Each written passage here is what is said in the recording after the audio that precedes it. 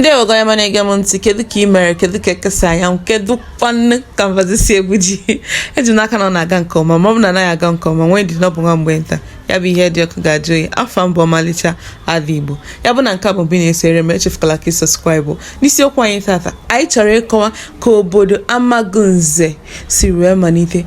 Amagunze anọ bụ obodo dị na steeti Enugu, Nkanu East ka ya bụ Amagunze dị, ya bụ na ọwụwa anyanwụ Nkanu na steeti Enugu. Ka anyị kpọpụ ya ọsọ n'ihi na oge adịghị. Na mbụ, dịka m gwara gị, nsị na Amagunze dị na steeti Nkanu, mana tupu ndị ọcha ekenye Amagunze na steeti Nkanu, onye bụ Amagunze, kedu ka Amagunze si wee bido? Amagunze malite n'otu nwoke a na-akpọ Nevunzege. Nevunzege bụ onye nta si n'obodo a na-akpọ Amagunze na steeti Ebonyi kịta, mana mgbe anwa mara na Ekebe steeti enwere onye ma na onye abụ onye steeti dị etu a, ma na onye abụ onye steeti dị etu a. Ndị ya na ya so wee gaa nta dị mmadụ atọ ọzọ wee tinyere ya onwe ya bụ onye isi ha, wee dị anọ.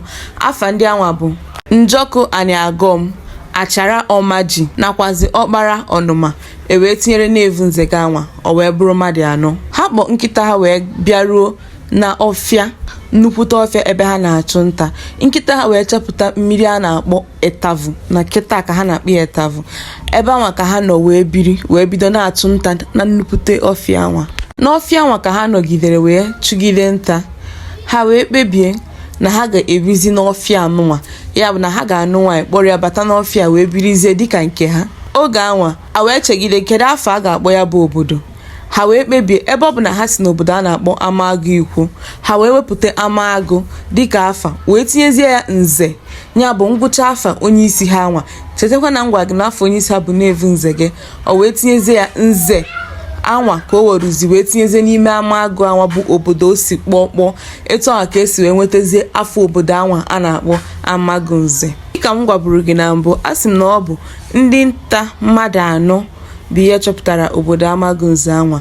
Obodo mejupụtara obodo Amagunze dị obodo itenaanị.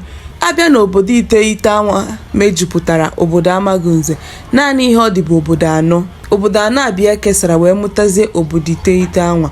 Abịa na Nevunzege bụ onye isi ha bịa mụtara obodo a na-akpọ Ụmụnevu. Njọkụ Aniagom bụ onye nke mụtara obodo Enuvu. Achara Ọmaji bịa mụtara obodo a na-akpọ Aniyi.